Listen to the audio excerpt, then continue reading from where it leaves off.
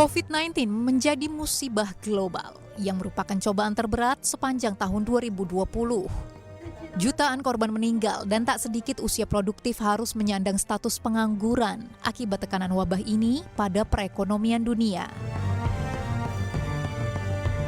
Indonesia pun tak luput dari sengatan pandemi corona. Pertumbuhan ekonomi yang terseok-seok sejak awal tahun telah mendatangkan masa prihatin. Bersamaan dengan angka pekerja terkena PHK dan dirumahkan yang terus bertambah. Berbagai stimulus yang diupayakan pemerintah diharapkan mampu membawa Indonesia melewati krisis akibat COVID-19 dan mewujudkan ramalan pemulihan ekonomi di 2021. Apalagi ini bukanlah krisis pertama yang dialami negeri ini selama 75 tahun berkiprah. Di tahun 1950-an saat Indonesia di bawah kepemimpinan karismatik Soekarno, situasi ekonomi tanah air sempat kacau. Ini dia cikal bakal masalahnya. Sebagai sisa-sisa warisan penjajahan, saat itu di Indonesia berlaku 3 jenis mata uang. Derjevsh Bank, mata uang pemerintah Hindia Belanda, dan mata uang pendudukan Jepang atau Nika. Peredaran mata uang yang berbeda-beda secara liar mengakibatkan inflasi yang tidak terkendali dan menyulitkan warga membeli kebutuhan pokok. Akhirnya Menteri Keuangan kala itu, Syafruddin Prawiranegara, mengeluarkan kebijakan Gunting Syafruddin pada 10 Maret 1950. Pecahan mata uang setara Rp5 ke atas digunting menjadi 2. Guntingan kiri tetap berlaku sebagai alat pembayaran yang sah dengan nilai setengah dari nilai semula sampai tanggal 9 Agustus. Sementara di periode 22 Maret sampai 16 April, bagian kiri itu harus ditukarkan dengan uang kertas baru di bank dan tempat-tempat yang telah ditunjuk. Lebih dari tanggal tersebut, maka bagian kiri itu tidak berlaku lagi. Lalu nasib guntingan kanan bagaimana? Lembaran ini dinyatakan tidak berlaku lagi, tetapi dapat ditukar dengan obligasi negara sebesar setengah dari nilai semula dan akan dibayar 30 tahun kemudian dengan bunga 3% setahun. Kebijakan Gunting Syafruddin ini juga berlaku bagi simpanan di bank. Syafruddin bermaksud sekali pukul menembak beberapa sasaran, yaitu mengganti mata uang yang beragam dengan satu mata uang baru, mengurangi jumlah uang yang beredar untuk menekan inflasi, menurunkan harga barang dan mengisi kas pemerintah dengan pinjaman wajib yang besarnya diperkirakan mencapai 1,5 miliar rupiah kala itu. Krisis selanjutnya menerpa di tahun 1959. Saat itu untuk menekan laju inflasi, pemerintah memutuskan untuk menyunat nilai mata uang Rp500 dan Rp1.000 menjadi tinggal 10%-nya saja, yang dikenal dengan istilah sanering. Keputusan yang mendadak ini membuat penipuan marak di kalangan rakyat jelata. Pasalnya, toko-toko emas serta ternak tiba-tiba diserbu pembeli, tanpa diketahui bahwa uang yang digunakan untuk transaksi nilainya sudah berkurang 90% dari nilai semula.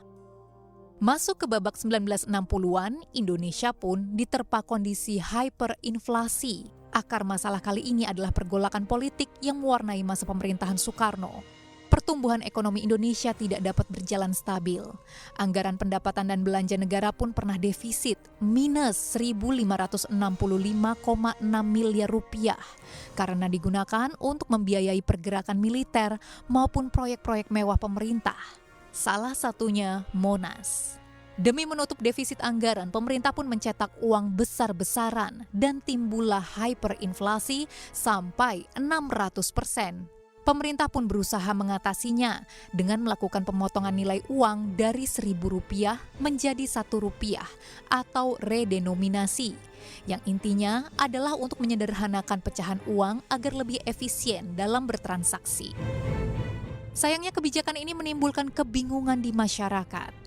Harga barang-barang menjadi simpang siur karena kurangnya sosialisasi dari pemerintah ihwal redenominasi. Situasi bertambah pelik karena saat itu Indonesia pun diguncang peristiwa G30 SPKI di 1965 yang menimbulkan krisis kepercayaan terhadap pemerintah serta berujung pada lengsernya Soekarno dari kursi presiden.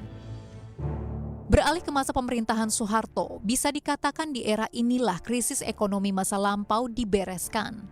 Posisi Soeharto diuntungkan dengan adanya booming minyak pada era 1970-an yang memasok pundi-pundi untuk membiayai pemerintahan dan kebijakan pembangunannya.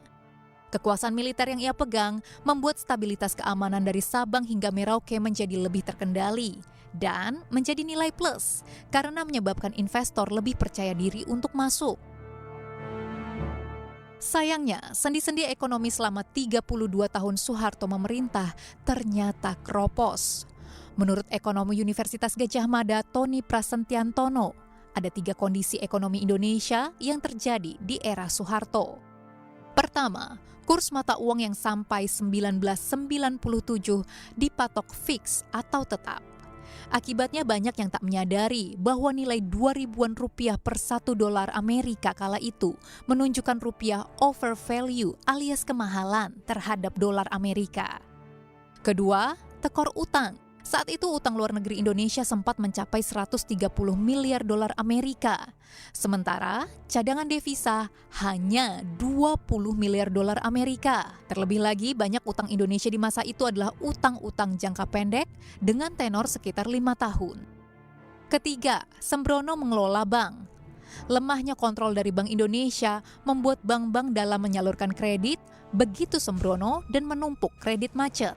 Akibatnya, saat hantaman krisis ekonomi menerpa Thailand pada Juli 1997, berubah jadi krisis ekonomi Asia, Indonesia pun turut terhempas. Ekonomi dengan pertumbuhan stabil di angka 6 hingga 7% akhirnya terjun bebas hingga minus 13%.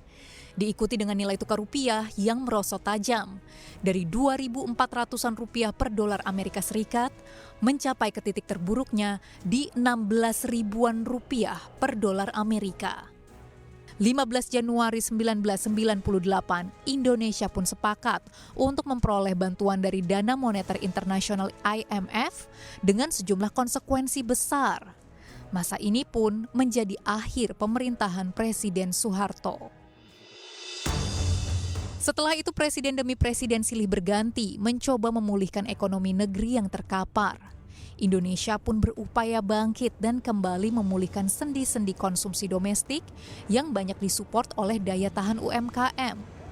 Itu sebabnya saat krisis ekonomi Amerika Serikat di 2008 merembet ke berbagai negara di dunia, Indonesia justru menjadi salah satu negara yang kebal krisis, lantaran sektor ekspor-impor tidak berperan besar menyokong perekonomian. Indonesia masih mampu mempertahankan laju ekonominya di atas 5%. Harus diakui, krisis yang didatangkan oleh pandemi corona memang berbeda dengan krisis yang sudah-sudah. Namun dengan berbagai pembelajaran dari sejarah dan sumber daya manusia yang lebih terlatih, semoga saja Indonesia mewujudkan ramalan IMF untuk menjadi salah satu negara yang paling cepat pulih dari pandemi COVID-19. Tim Liputan CNBC Indonesia.